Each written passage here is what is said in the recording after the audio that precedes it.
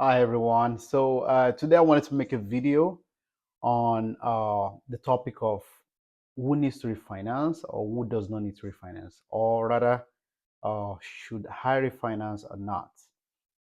So this topic I want to talk about this topic today because it's a very popular topic. I get so many people ask me questions about it. They say, what is the refinancing all about? And I've had so many people in the industry and on the internet. Some people say refinance is not good. Some say it's a good thing. And I just want to kind of talk about the fact and the myths to it. So hopefully this video is going to help everybody that's watching this video understand if it's a good thing for them or not. So first of all, what is refinancing? Refinancing, that means you have a loan packet, and that loan packet, it comes with specific terms, and maybe the terms in the current market has changed, and now you go back and meet your creditor or another creditor. You say, hey, I want the current loan terms in the market because it's going to favor me more. Can you pay off my current creditor or repackage the loan if you're staying with the same creditor? Or can you pay off my current creditor and you take the loan on your own books? So that's what it's all about. And that takes us to another question that is very popular. People say, okay, if you refinance, that means the time on the loan payoff period just got reset. Yes, that's correct.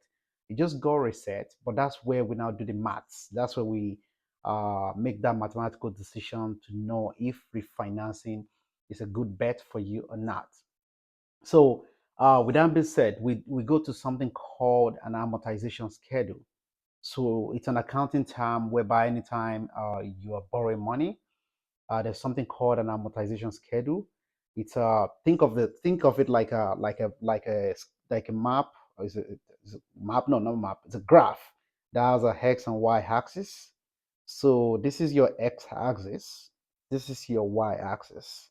So on your x axis, you have your interest at the top. You have your principal at the bottom, and on your y-axis, and I'm sorry I'm using my hand, on your y-axis you have the period for the loan period. So let's say right here it's zero, it's when you borrow the money, and right here is 30 years, assuming the loan term is a 30-year mortgage. So on the x-axis at the top, on your amortization schedule, the interest usually higher at 0 year. So which means when you first get started on the loan, your interest is higher. But over time, it goes down like this. Interest goes down. So by the time you get to your 30th year for your loan, you're not paying any interest anymore. So the same thing. So it's just going to be the inverse of the principal. So the principal on the x-axis, the principal goes like this. It goes like this. That's my point. So which means when you first get started, on at 0 year, your principal is low. So by the time you get to the 30th year, then what is going towards your principal goes up. So now on the curve at the middle, somewhere in the middle is around the 15th year. That is the time whereby you reach something close to something we call equilibrium, whereby what you're paying towards principal and interest is almost equal. So before your interest now goes down and principal goes up. So with that being said, the next question would be, do I want to keep the piece of real estate for 15 years? Or do I want to keep it for 30 years? Or do I want to keep it for 3 years? Or do I want to keep it for 5 years? So if you can answer that question, then with that being said, you'll be able to understand if refinancing is an option for you. So let's assume in your own situation, you want to keep the piece of property for maybe, let's say you want to keep it for 30 years, and your current loan amount is, let's assume is 6%. Then with that being said, and let's say you're on your second year of the mortgage. So with that being said, now what you want to do is you want to say, okay, how much is the best rate I can get right now? You first talk to the lender that, okay, what is the best rate I can get right now?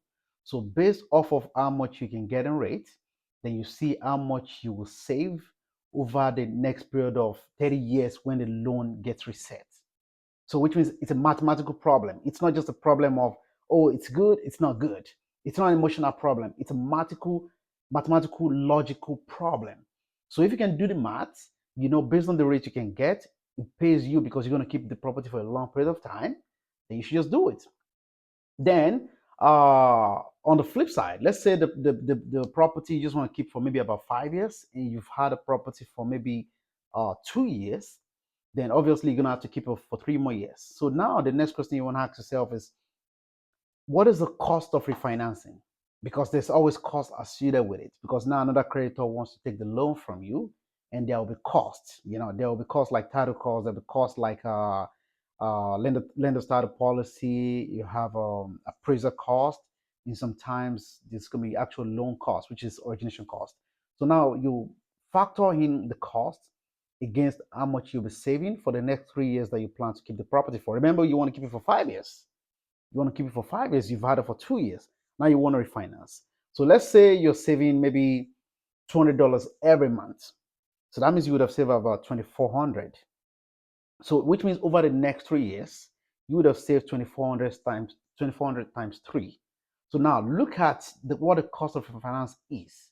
So if 2,400 times three is higher than the cost of refinance, then refinance could be an option for you. But if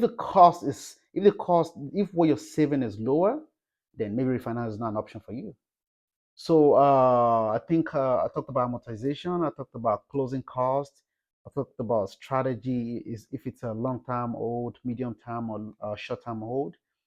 And I talked about how the time gets reset. So to kind of reiterate on how the time gets reset, it gets reset truly, but the loan balance changes. Do you understand my point? So the loan balance changes. Even though you've had a mortgage for about 2, 3 years, you expect to pay off the mortgage for the next 28 years. So now it kind of gets reset to 30 years, but it's not the same loan anymore. The loan balance has decreased, and obviously you're refinancing because you have a better rates and terms as well. So I hope this is gonna be some logical way for you to think about refinancing. And if this is helpful, like and subscribe. If not, uh, if not, give us comment, give us feedback. Let's see what we can do differently. And thanks for watching. Bye bye.